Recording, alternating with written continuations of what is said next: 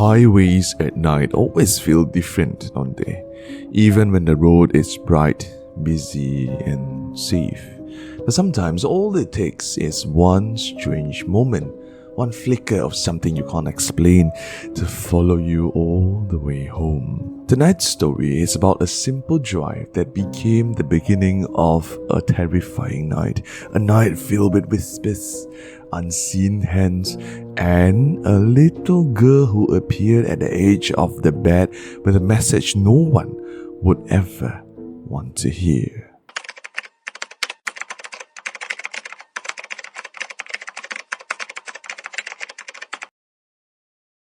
Good evening, fellow creeps. Welcome to another episode here on Creepy with Coffee. I'm Kim, your storyteller. A new week, a new story. I hope you guys enjoyed the Friday episode together with Shaz, my wife. And if you guys love it, remember to show your love down below in the comment section. Well, tonight's story, like in the intro, a couple was traveling a long journey from one place to another. They met something, and little did they know that something turned into a terrifying night right after that. Before we get into the story like usual, if you've yet to do so, please help me like and subscribe to the channel. It would definitely help us a lot. Now, let's get into the story. This is Creepy with Coffee. 2 nights ago, my husband and I had to travel up north for work. It was just a day trip, no overnight stay. By the time we started driving home toward Tapa, it was already around 10:30 p.m. At about 11:45 p.m., we passed the Gopeng stretch of the highway, right after Gua Tempurong. That part of the road is usually well lit and wide, and there are plenty of cars around, so it didn't feel lonely at all. Out of nowhere, I asked my husband a random question. Sayang, is the roadside here some kind of ravine or cliff? It looks strangely dark, but it's so wide. He casually replied, maybe. I never noticed in the daytime also. And right after he said that, something happened. A piece of white cloth or paper, I'm not even sure, suddenly flew from the front of the road and hit our windscreen before spinning away and vanishing. Just like that. My husband and I froze. What was that? I asked. My husband kept quiet. He didn't even answer. He just kept driving, and we quietly changed the subject.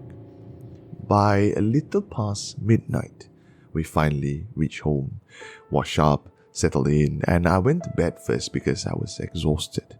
And my husband stayed in the living room to finish some work. As I was drifting off, I heard someone calling me, sometimes sayang, sometimes my name, and I thought it was my husband at first, but he knew I was already asleep, and if he needed something, he would have come into the room. I ignored it and eventually fell asleep. That's when the nightmare, or whatever it was, began. I dreamt that many people were sitting around our bed, watching my husband and I asleep. Their faces were blurry, almost smudged, and I couldn't recognize anyone. Panic set in. I tried to move, tried to open my eyes, but my whole body was locked in place.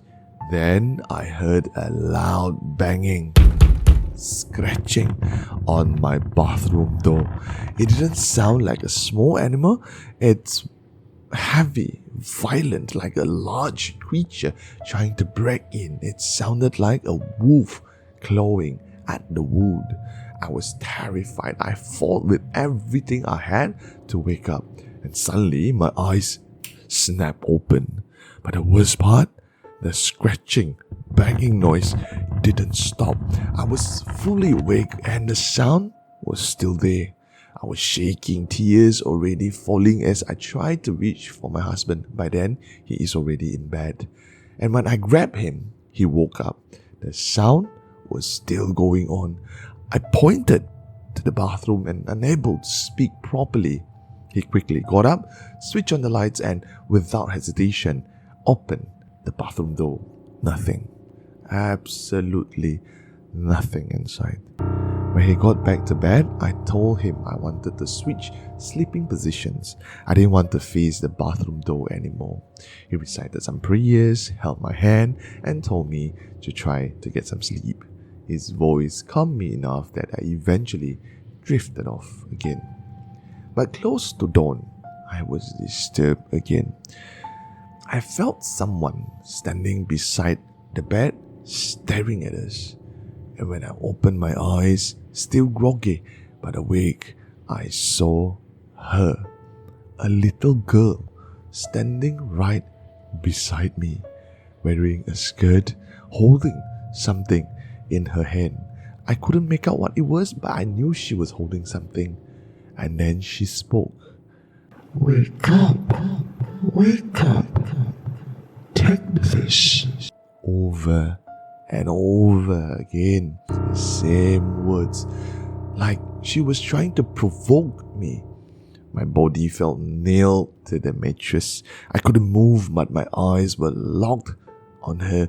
She didn't disappear. She didn't blur. She was just there. I forced myself every ounce of strength I had to recite whatever holy verses I could remember, and it felt like doing hard labor with a completely drenched body. But suddenly, I broke free. I sat up instantly and shook my husband awake. He jumped out of bed and switched on all the lights. I was crying as I explained what I saw. He couldn't see anything, but he was just as panicked. We left the lights on until morning. When the sun finally rose, my entire body ached, my head throbbed. I felt like I had gone through a battle I couldn't explain. Thankfully, the next night, there were no more disturbances. We slept with the lights on again, and I pray whatever that was never comes back. What do I think about tonight's story? I think that sometimes when we see things that are weird, out of the ordinary, at places that we are not familiar of, it's better not to point it out. That's why our Malay friends or our Malay community always mention, jangan tegur, jangan tegur. If there are things that you see, like for example, a white piece of cloth or a figure that shouldn't appear at certain places, don't point it and mention it. Why so? It's because these things, they actually kind of knew that you couldn't see them. But when you pointed it out, it meant that you could see them. And when they knew you could see them, they would reach out to you. 1, probably they needed help. That's why they reach out to you. 2, as we all know about these entities from various stories, they are negative energy. They wanted to do negative stuffs to you. So what are the lessons that we learn from this particular story? Do not point out things that are not familiar to us at unfamiliar places. Then, always mind your own business. Now, what do you think about tonight's story? Leave it down below in the comments. Once again, thank you very much for watching. Until the next episode, good night.